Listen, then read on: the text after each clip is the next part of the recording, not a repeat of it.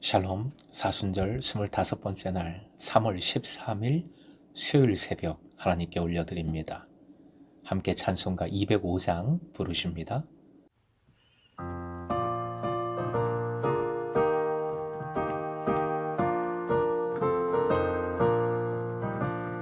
주 예수 크신 사랑 늘 말해주시오.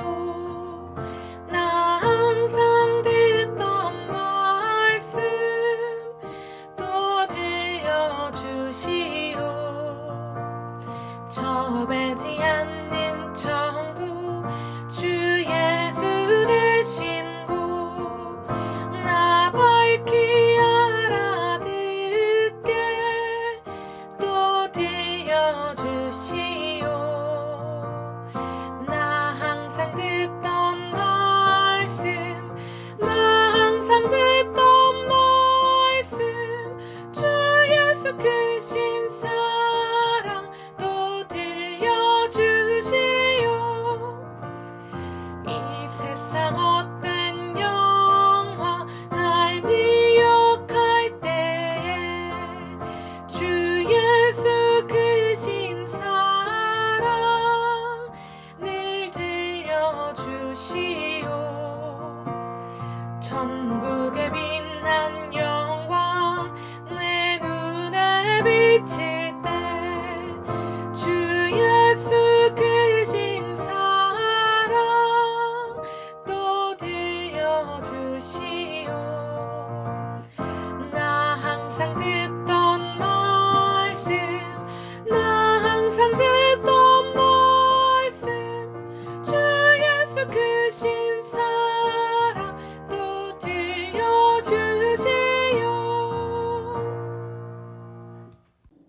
오늘 말씀 고린도후서 4장 1절에서 4절, 고린도후서 4장 1절부터 4절까지의 말씀입니다. 함께 읽겠습니다. 그러므로 우리가 이 직분을 받아 긍휼하심을 입은 대로 낙심하지 아니하고 이에 숨은 부끄러움의 일을 버리고 속임으로 행하지 아니하며 하나님의 말씀을 혼잡하게 하지 아니하고 오직 진리를 나타내므로 하나님 앞에서 각 사람의 양심에 대하여 스스로 추천하노라. 만일 우리의 복음이 가리었으면 망하는 자들에게 가리어진 것이라. 그 중에 이 세상의 신이 믿지 아니하는 자들의 마음을 혼미하게 하여 그리스도의 영광의 복음의 광채가 비치지 못하게 함이니 그리스도는 하나님의 형상이니라. 오늘의 기도 제목, 긍휼하심 속에서 낙심하지 않고 복음을 밝히게 하소서.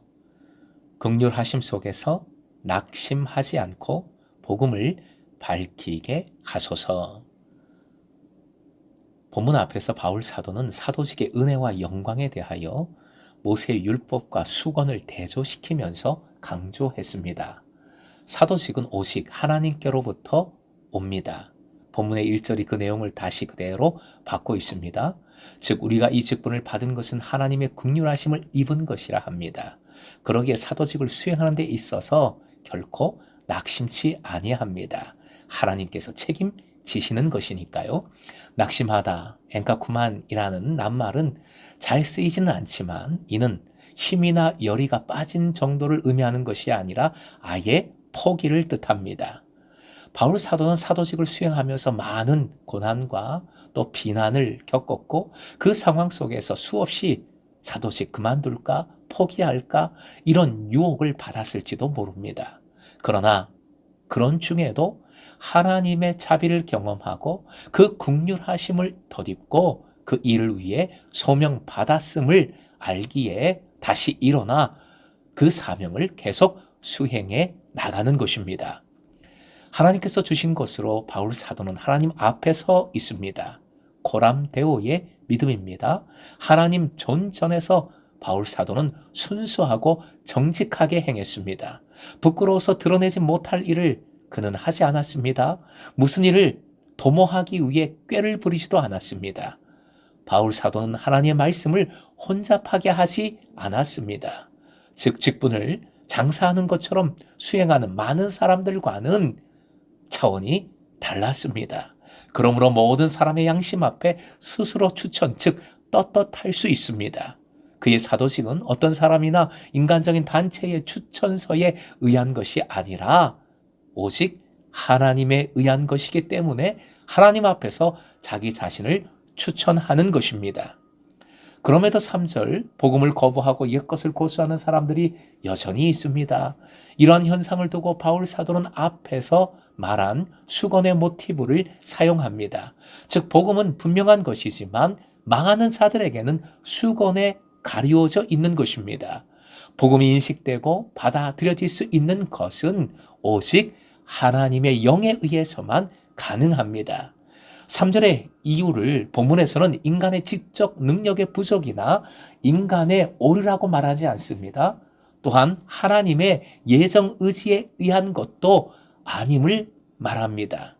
그 이유를 4절에서 바울 사도는 이 세상 신이 그들의 마음을 어둡게 하였기 때문이라 선포하고 있습니다. 여기서 이 세상의 신이란 사람을, 인간을 멸망으로 이끄는 사탄을 의미합니다. 사탄을 이 세상의 신이라고 표시한 것은 성경의 오직 이 구절뿐입니다.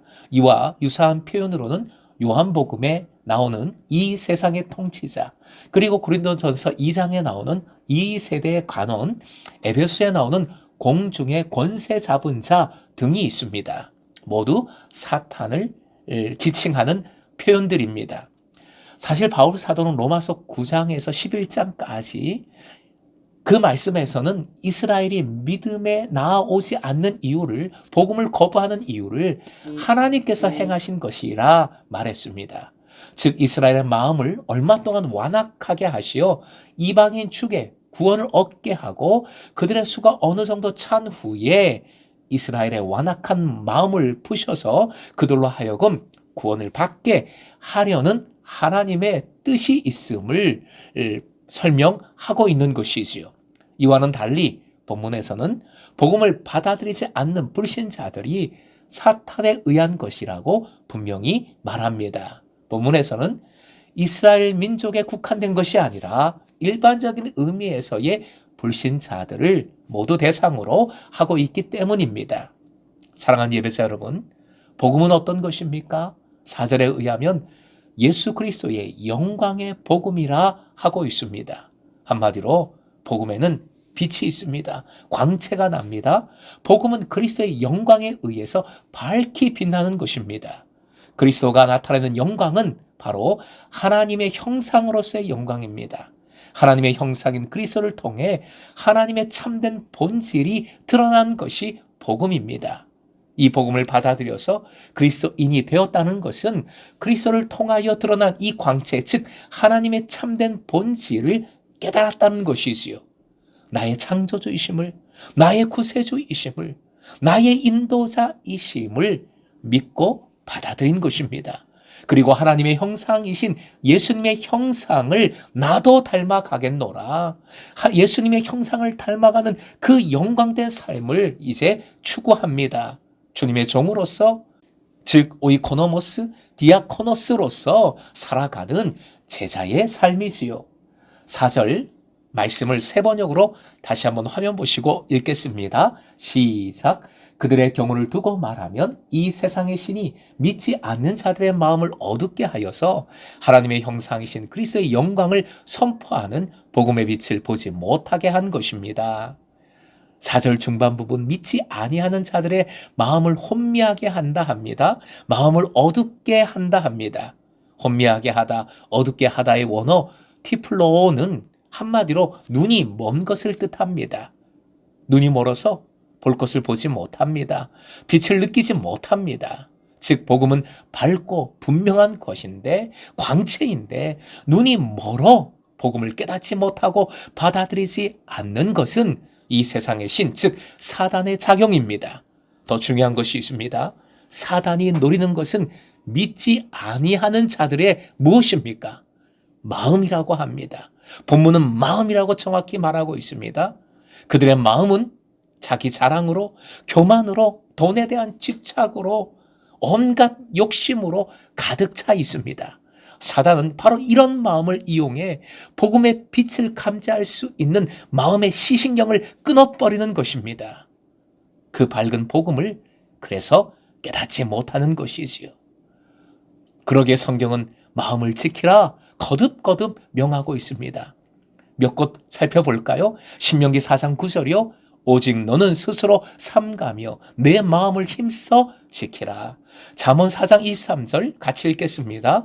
모든 지킬 만한 것 중에 더욱 내 마음을 지키라. 생명의 근원이 이에서 남이니라. 사랑하는 금성의 제자 여러분, 마음을 지켜야 됩니다.